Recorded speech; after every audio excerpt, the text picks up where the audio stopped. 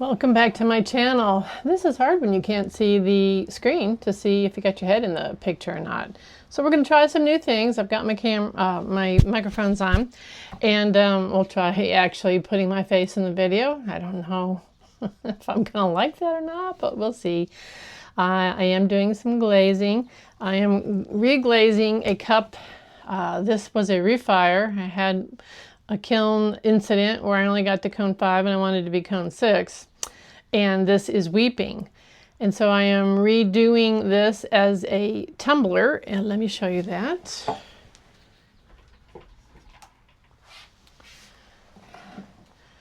So this is 2 times of Mako's buff on gobe, speckled buff on gobe.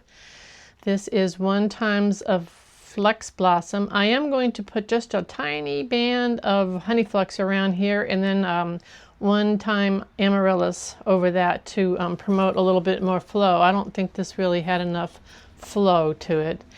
And I did have amaryllis in the inside of this, but as I said, it's weeping. And when I refired it, I put Mako's clear stoneware glaze, and it is still weeping. I don't understand. So I put snow inside of here. And then I am probably going to put the Flux Blossom, maybe the Amaryllis. I'll let you know at the end. But I'll show you that once it comes out of the kiln. I believe I'm turning the kiln on tomorrow morning. So that is one of the things that I'm currently doing. I also will show you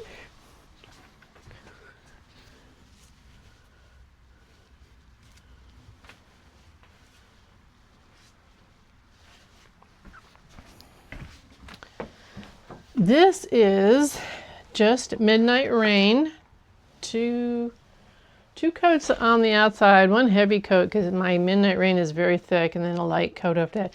And I believe that was only 1 coat inside. I'll have to look at my notes, but that's all that is Midnight Rain. So that will be going in the kiln tomorrow. And this hand painted item, which was inspired by Kim Unseth, thank you, with her daisies. That was just so cute. So anyway, because it only got, well, no, this was, I put snow at the bottom. She had speckled buff on gobe. I put snow, and so it washed out my daisies. So I went ahead and put dandelion over that, and put another little patch of orange peel, and I will put this back in the kiln, and hopefully it will look fabulous. I love those colors. That was frosted lemon, just gorgeous. And as I said, this was, I was watching Kim Unseth, and she did something very similar to this, and I just found it to be fabulous. So thank you, Kim, for allowing me to gain inspiration from your channel. This is the tiniest band of honey flux that I put around where the Flex Blossom and the speckled buff on gobe meet. As soon as that dries, I am going to put 1 coat of amaryllis, and I still haven't decided which way I'm going inside. Allow me to show you a vase that I threw yesterday. I am once again trying to get another 12-inch vase. A challenge for myself. I have thrown, well, it was almost 12. No, it was 12. The last one was 12. But it's challenging, and I'm not consistently able to do it. So this one is a little over 11.5, I believe. And this was with B-Mix clay. So I'm making some various vases out of, I have stoneware, standard angel white, and B-Mix. And I'm going to actually, from each one of those categories, I'm going to glaze them similarly and see which one I like, or if any of them have any issues or not. I did want to show, let me get these. Be right back.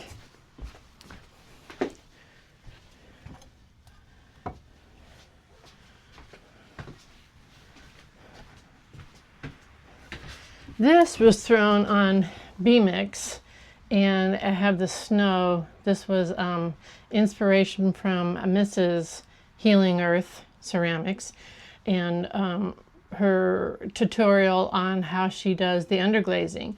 So I followed her advice. We have the snow and then the Speedball underglazes and Mako fundamental underglazes on here. I was really happy with how this turned out. And I don't know if this is B-mixed or not. I don't think it is. I think this is Angel White. This bowl, same thing with the white, the snow, and then the underglazes, and that turned out stunning. Thank you, Mrs. Healing Earth Ceramics, for your inspiration.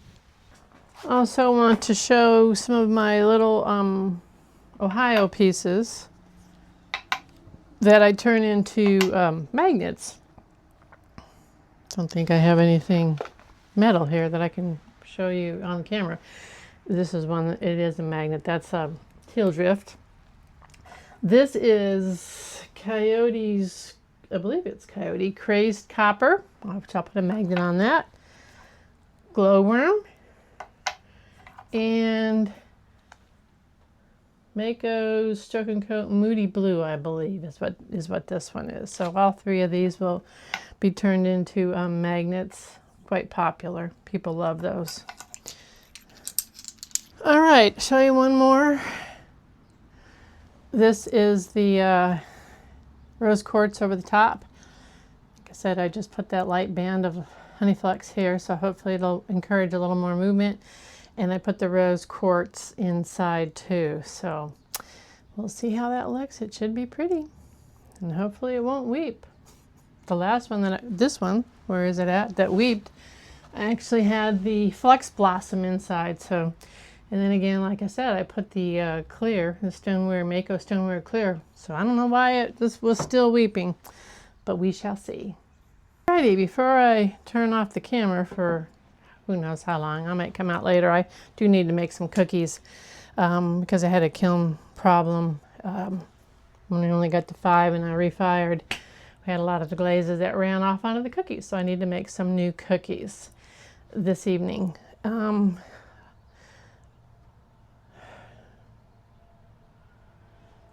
Oh, all right, before I go, it is a humid day here, and I don't want to turn my air on because I'm afraid the noise will overpower my video. So I am getting ready to shut it down until later, maybe this evening, and turn the air on when I come back out. So see you again soon. I'm back, like I said I would be. This is take 2. I forgot to put my microphones on, so we're going to do this all again. All right, so I ran my kiln yesterday like I said I was going to, and I'm going to show you the thing that turned out excellently, although it was a success. The kiln was running just to make sure I didn't have any problems like I had before where it shut off because we had a wire issue. So this is one of my magnets that I'll be putting the magnets on the back of it. This is my Angel White clay, and this is Frosted Lemon, and it is perfect. No issues at all. So that'll be getting a magnet. Much like the ones I showed you yesterday. This is the magnet on the back. This is sapphire on here, I do believe. Anyway, so those are great. I start using those for test tiles too. Then I showed you this the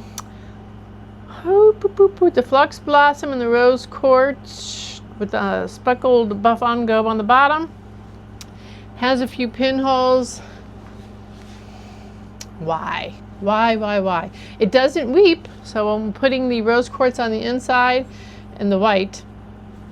It doesn't weep, but it has a few pinholes. And I even found out with my manual kiln, because I have a total manual kiln, how you would do a hold and a soak. So I did a 15-minute hold at kiln 6 and dropped it down about 100 degrees and held it for 20 minutes. Next time I'll drop it 150 degrees and hold it for 30 minutes. And we'll see what that does. Now maybe it's just this glaze doesn't like cone 6. I do not know. But other than that, I mean, it's gorgeous. And it doesn't weep anymore, so I love it. It will be one of the ones that I use in my kitchen. All right, then we did Midnight Rain. I've had this jar of Midnight Rain since I started pottery. This was probably 6-7 years ago. It's one of the first that I bought, and haven't used it much. I don't know why, because the other piece that I have is just as gorgeous as this. I'll show you the inside. I'll do a close-up picture and add it to the video, but it's gorgeous. But it has, on the outside, it has not pinholes, it has blisters. So on the outside, it has blisters. Inside has nothing, no pinholes, no blisters. Now I will say I only did one coat on the inside because this is way thick. I had to put distilled water in here. So that must be what the difference is. I will do a test tile to make sure. Just going to do one coat. I've got several things over there that are going to need glazing, but that would be gorgeous.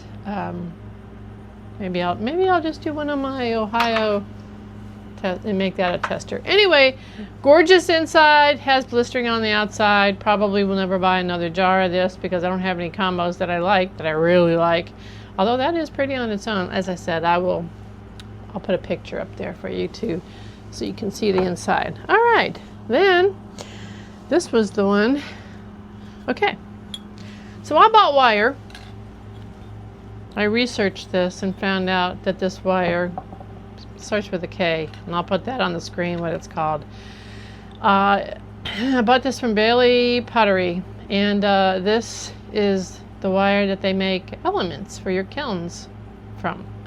And it's supposedly rated to cone 13. This is how it looked when it came out of the kiln. It was straight when it went in here, crossed here, blah, blah, blah.